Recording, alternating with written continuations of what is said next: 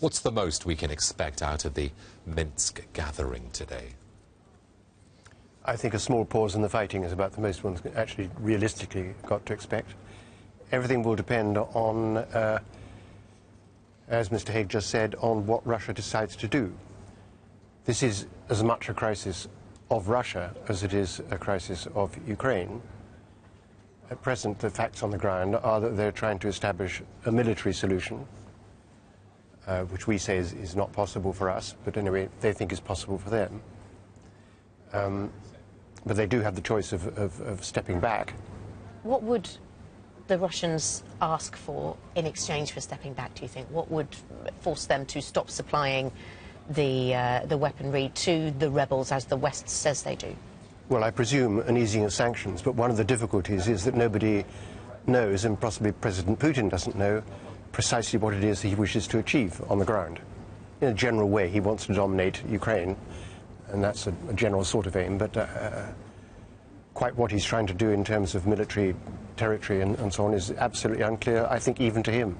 Could Poroshenko cede more territory or not? Well, not from his point of view.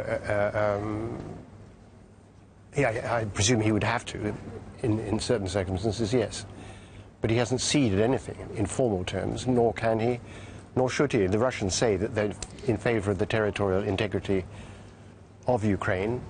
Again, exactly what they mean by that is not very clear, because you can have formal territorial integrity where, for example, Kiev pays for everything, whereas Russia, in fact, holds a substantial slice of that territory.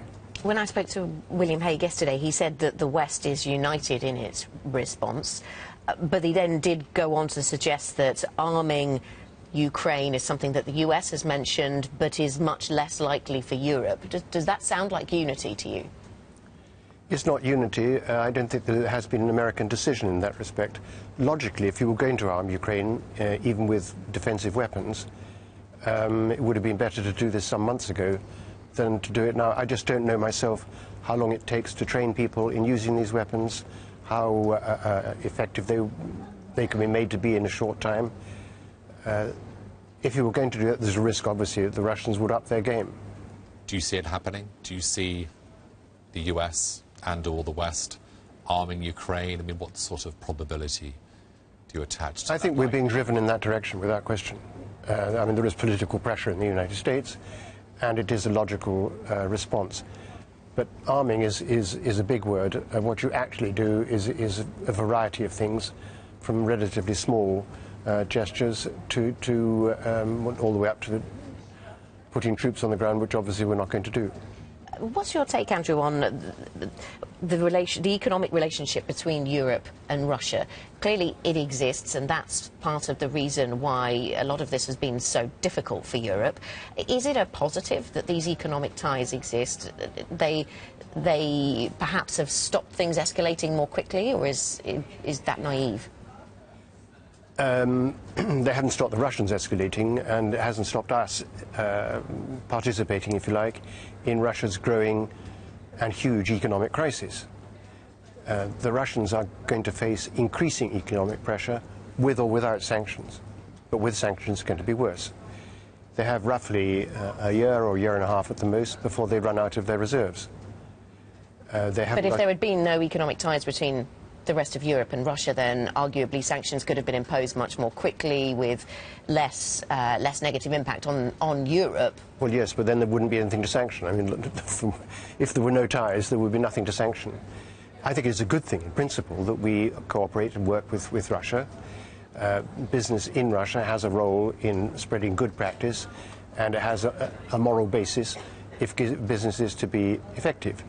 One of the difficulties is that the Russian economy has been increasingly subject to state control and the control of a very few group of Putin's best friends. Is there a way of Putin pulling back, Sir Andrew, without losing capital at home? Obviously, he's very popular because of his actions. Is there a way he can do that without losing face? His popularity is relative. I was reading somewhere that Erich Honecker, 2 weeks before the collapse of the Berlin Wall, had a 70% approval rating. You've got to... He is popular because no one can see an alternative, and people fear in Russia what would happen if there were no government. But he's not popular in the sense, if you ask a Russian what he thinks is going to be the prospects for the next 6 months, he will say, I don't know. That is a negative sign.